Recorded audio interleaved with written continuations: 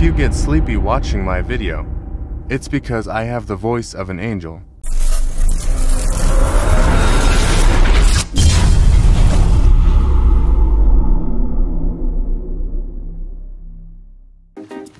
What's up guys, Alden here. Pag-uusapan na naman natin ang magulong mundo ng Pinoy basketball. Alam nyo na.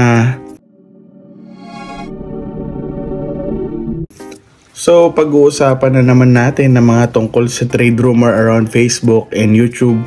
So sa mga nagsasabi na fake news ako, ha? Fake news ako? Hindi ko naman binabalita to eh. Nagre-react ako.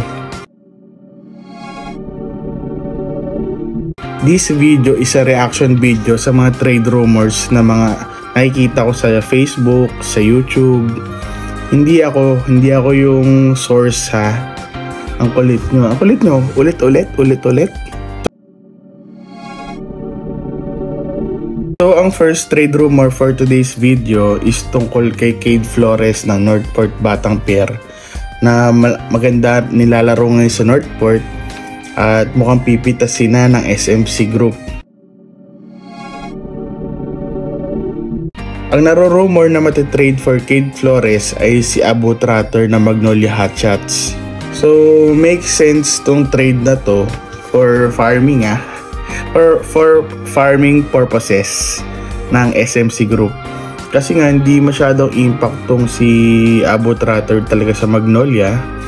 Di masyado maganda ginagawa. So katulad dito Cade Flores, maganda nilalaro, mukhang hinog na, mukhang pwede nang pitasin, di ba? Parang ano lang to eh, parang yung nangyari kay CD Onwubere. Maganda nilaro sa Northport, tapos ayun kinuha na sa Ginebra, San Miguel, tapos wala na, pangit na nilaro. Pero feeling ko kasi ito naman si Cade Flores naman bata pa. So malaki pa chance itong maging superstar dyan sa Magnolia Hotshot or isang magaling na role player. Kasi madami pa silang star player eh. Andyan pa sila Mark Baroka, Polly, Sangalanga, Bueba. Pero matutuwa to si Cade Flores kasi nga 'di ba sa voting ng All-Star lalaki chance niya ngayon. Kasi nga mas mapapansin siya kasi nandun na siya sa isang team na madaming fans na mas makaka-recognize sa kanya. Kasi kahit sobrang galing niya sa Northport, yun nga, hindi siya masyadong pansinin, hindi masyadong pansin sa social media. Kasi nga, onti lang naman fans ng Northport. Onti lang ang believe sa Northport na abot sila sa mga finals, sa semis, kahit na sa kahit nga playoffs lang eh. 'Di ba? Kasi nga nagiging farming team to. Kahit ang ganda ng lineup nila ngayon, ang ganda 'di ba? Ang ganda ng lineup nila ngayon. Meron silang Arvin Tolentino, Xavier Lucero, Cade Flores, Fran Yu, at marami pa, Will Navarro. Isipin mo, ang ganda ng lineup na yun. Sobrang babata, sobrang talented. Alam niyo nang bad puro bata yung players nito kasi yun na nga, pinipitas-pitas na, pinapahinog na sa Northport. So tingin ko malaki chance ang mangyari to Pero feeling ko siguro mga 60% pwede mangyari tong Abu Tratter for Cade Flores. So kayo guys, tingin nyo approve ba kayo sa trade na yan, Abu Tratter for Cade Flores? Share your comments sa comment section at pag-uusapan natin to. So second rumor for today's video is si Mark Pingris ay maglalaro na sa Blackwater Bossing. So hindi na to masyadong latest news kasi meron na tong na post na to na maglalaro siya or magiging coaching staff ng Blackwater Bossing.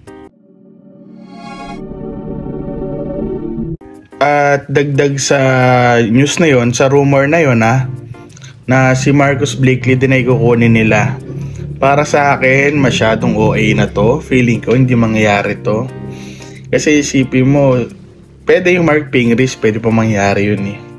Pero Marcus Blakely, parang Magnolia Hotshot Pure Foods Hotshot 2.0. Hindi kunin nyo na rin si PJ Simon, di ba? Para sama-sama na. Kunin nyo na si Joe Devant, si Justin Melton, yung mga players na wala na sa Pure Foods sa Magnolia. Malabo. Para sa akin, napakaliit ng chance ang mangyari to.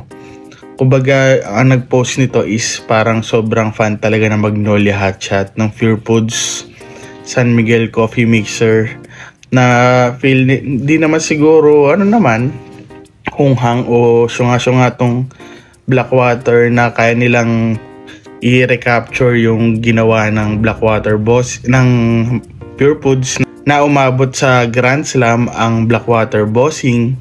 Alam mo naman natin wala na sa prime si James Yap, si Mark Pingris. Syempre wala na rin, tumatanda na rin yung Marcus Blakely.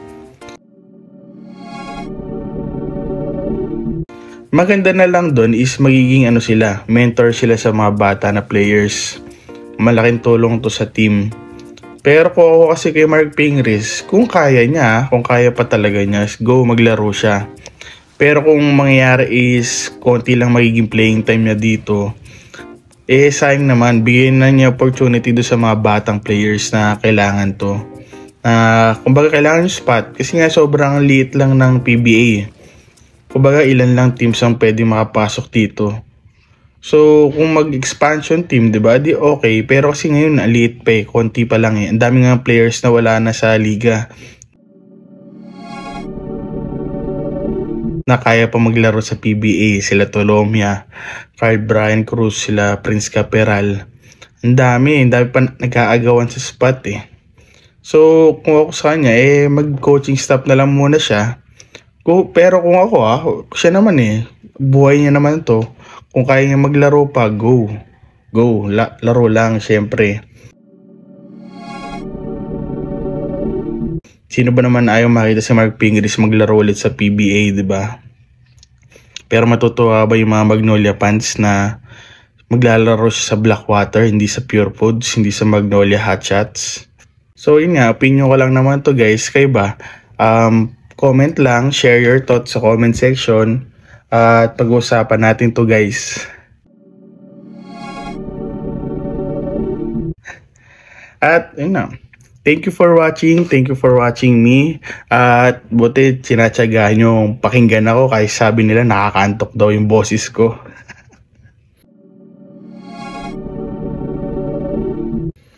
So, like, share, comment, subscribe. See you on the next video.